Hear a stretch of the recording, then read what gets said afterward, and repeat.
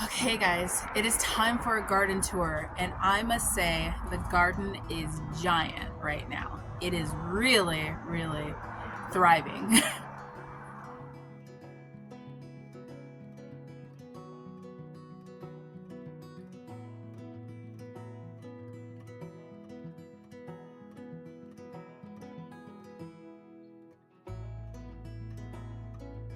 Hi everyone, welcome back to my channel. I'm Shamira Benson, one part of Team Benson, and today it is Sunday, so we are going to do a garden tour. We're gonna do a garden tour of this lovely little small space garden back here in my backyard or our townhouse in Phoenix, Arizona, Zone 9B.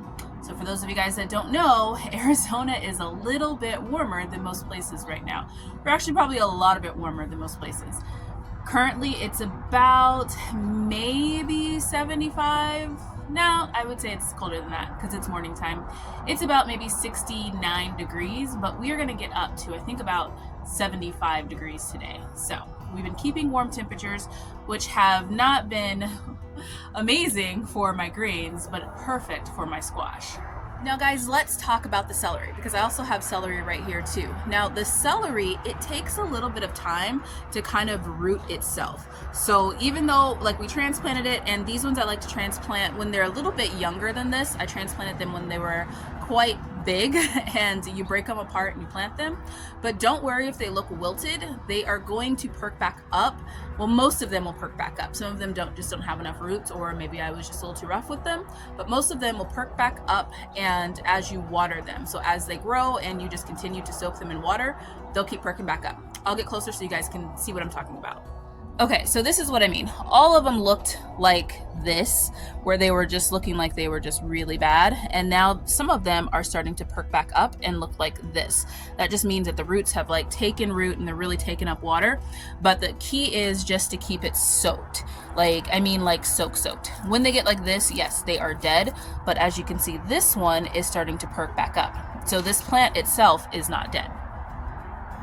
Now, moving on along over here, we have our brassica slash squash slash cucumber bed. Now, over here we have some collard greens.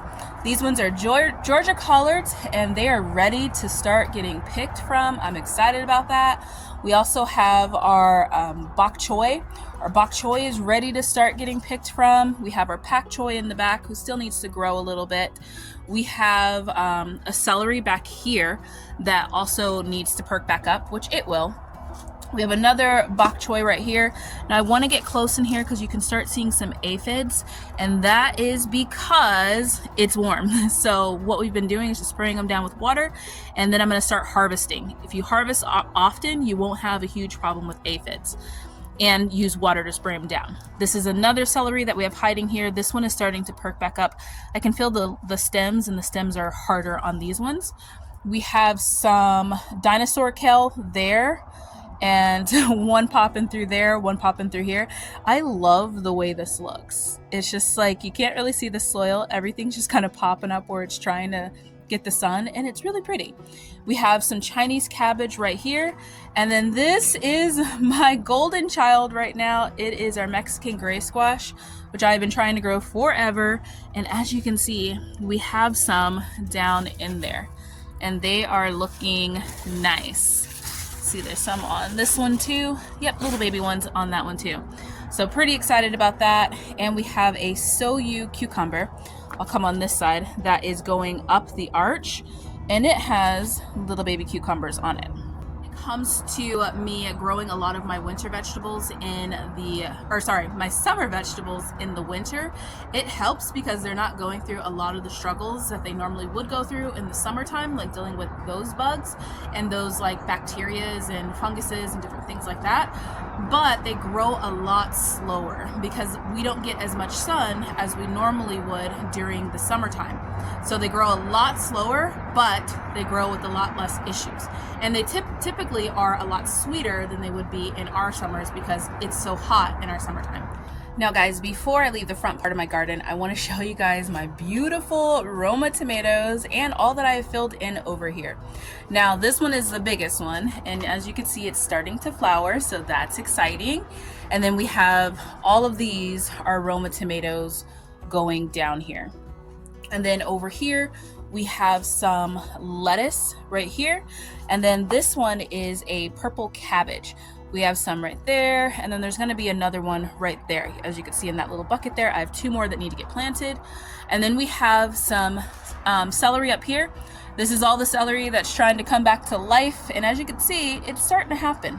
Like slowly but surely, it starts to happen. Now we might lose some, but if you guys remember, we had 31 celery plants, and there is no way we needed 31.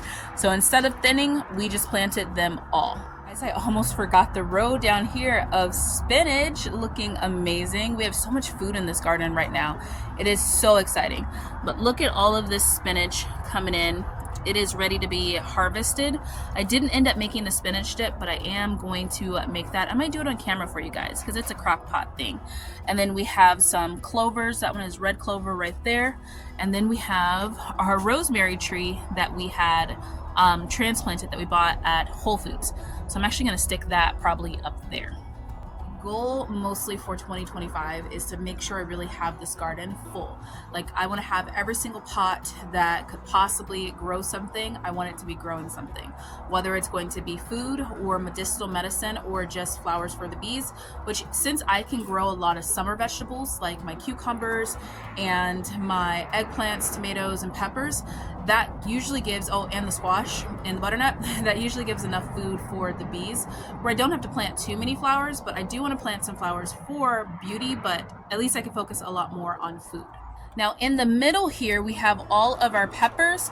This one we have our Carolina sweet or Carmen sweet peppers, and then we also have some banana peppers over here, and as you can see, the peppers are starting to take off. I am so excited about that because we have been missing our sweet peppers. And then over here we have our bells. We have yellow, red, and green, and they are starting to take off too. I love it how these ones are so tiny, but then all of these ones are a lot bigger. That's pretty funny. We have a basil right here, and then we also have our curry tree right back there. We have our dwarf Mexican lime, which just got mulched the other day. So that one, it's mulched and composted. And then we have our grapevine Yuli. That is one of our namesakes. I'm going to be getting some more compost to put in Yuli with some mulch.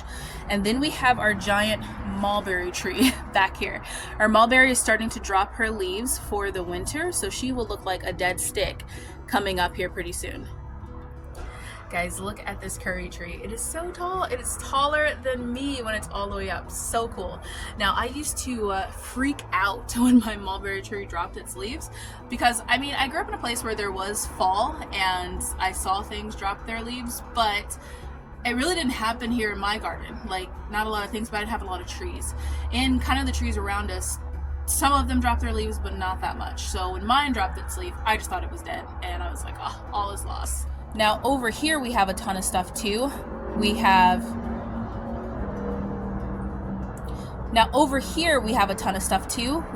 our cauliflower here, here, and there. We have some lemon balm right here, and we have some oregano right here. This oregano is doing really well. Me and growing variegated things, sometimes they just don't like me. And then we also have the last of our Roma tomatoes right here, which I'm gonna layer just a bunch of radishes. I still have to come through with seeds, guys, and we're gonna do radishes and some other stuff. We have Big Nisi, which is our other namesake plant. It's an Ichabod eggplant. And then we have our Black Beauty eggplant over here, which is starting to throw off a lot of flowers. I'm pretty excited about that. I'm hoping that some of these turn into some eggplants. And then up here we have some julep mint, and we have our chocolate mint and another empty pot where we could plant something else. I also don't want to forget our little lavender over here. It's still a baby, but I have high hopes for it. So now we're getting out here to our in-ground area. Most of these pots, or most of these are our raised beds. And then we do have a couple of like pots over here. Our Brooklyn is finally dried all the way out. So she's coming down probably today, because we also have some things like our, this one is our sweet Marzano pepper, is getting tall, so we want to make sure that she has some growing room. So out here we have another Black Beauty eggplant right there. We have our stevia right here, and then this one is our spearmint, which so excited that one's growing back because we haven't been using it because we ate so much lamb, so we had really put a dent in that plant. But it's growing back, so we can now have lamb shank again. In our kids' garden, Vego garden bed, we have some onions growing, and then we also had some celery that I planted in the blank spots. So this one is rooted and doing good. This one is still trying.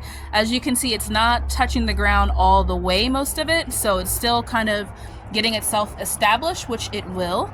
And this one is our other Suyu cucumber, and it has some little baby cucumbers on it too, which we are really excited about. I've never had this cucumber, so I'm excited to try it, but they're supposed to be like long and kind of skinny. And I'm hoping that this will fill this entire thing and just look absolutely gorgeous. Now over here we have our indigo, and then we have a snapdragon. So out here you'll start to see little flowers in my garden. So I definitely do want to provide a little bit of beauty in my garden, and one of my favorite flowers is going to be snapdragon. I love snapdragon. Now I have my medicinal bed too that's going to be flowering with different things, and those are going to be used for medicinal purposes, but snapdragons are literally just there to make me happy. Now over here we have our spicy peppers. We have some serranos right here, and look at these serranos, guys. Oh, they are ready. That is going to be nice and spicy. And then we have some purple cabbage growing right below it. Looks absolutely beautiful. These ones are our jalapenos up here, and look at those jalapenos. They are coming in nicely, so nicely. These plants are getting nice and tall. And then we also have a little parsley over there just to deter any types of bugs. And then we have our Malabar, which is starting to make its climb. You guys remember how beautiful the Malabar was? Well, I'm excited to be growing it again. This time I had 2 of them that I never thinned, so we'll see how 2 of them grow in here. Lemongrass does need to come out. It's hating life. But back here, we have a lot of broccoli. Super excited about that. This is typically my broccoli bed. Somebody was starting a motorcycle, but this is typically my broccoli bed. I also have some onions down here growing, and then I want to plant some snow peas over here where they typically grow as well. And then we have more onions right here, and then this year I am doing the butternut squash over here, which I thought it might be too cold and I might have planted it too late, but it is growing nicely. My friend gave it to me. Her channel is Soil with Soros, and it's been growing really nicely, so I'm super excited about that. There's a bee that just left. So guys, one of the things I like to point out in my garden is that sometimes I like to intermix a couple of herbs in things, and that's so that it deters a lot of the pests. So if there are pests, it'll deter them from being in there, and then also being able to give my parsley, like we use a lot of parsley in this family. So being able to give one of those at least in a raised garden bed where those roots can really just stretch out and it can become a huge plant really helps it to where I can get my year's supply of parsley in my pantry. Now, I want to just talk about how beautiful my medicinal herb bed is right now. I'm so proud of it. We have some echinacea over there. We have some evening primrose right here in the middle. And then here goes some chamomile right here. Now, I was going to put like something else in there, but I think these plants are getting big enough, especially that evening primrose. It basically started over there and ended up in the middle, which is fine because now we have the echinacea over there. But every time it lays down roots, it just kind of continues to grow. And then we have some more snapdragons right here in front of it, and I'm gonna put some marigolds in these pots. Now our last little bed is our other Vego garden bed, and this one has a tiara cabbage in it, which is looking really good. And then it also has some poblano peppers, which have not gotten really tall. I think that this bed I put too much material for it to compost when I did my hugelkultur kind of build on it. So I think I should have put more just regular soil in it so that then it wasn't composting as much, because I think it's a little too hot. And then we also have some onions right in here too. All right, guys, and that is it. That is the garden. My garden is doing nicely with these warm temperatures, although I am getting pest damage on, like, you know, I think a little bit of my bok choys, and mainly my bok choys, and I just saw a little caterpillar on one of my tiara cabbages.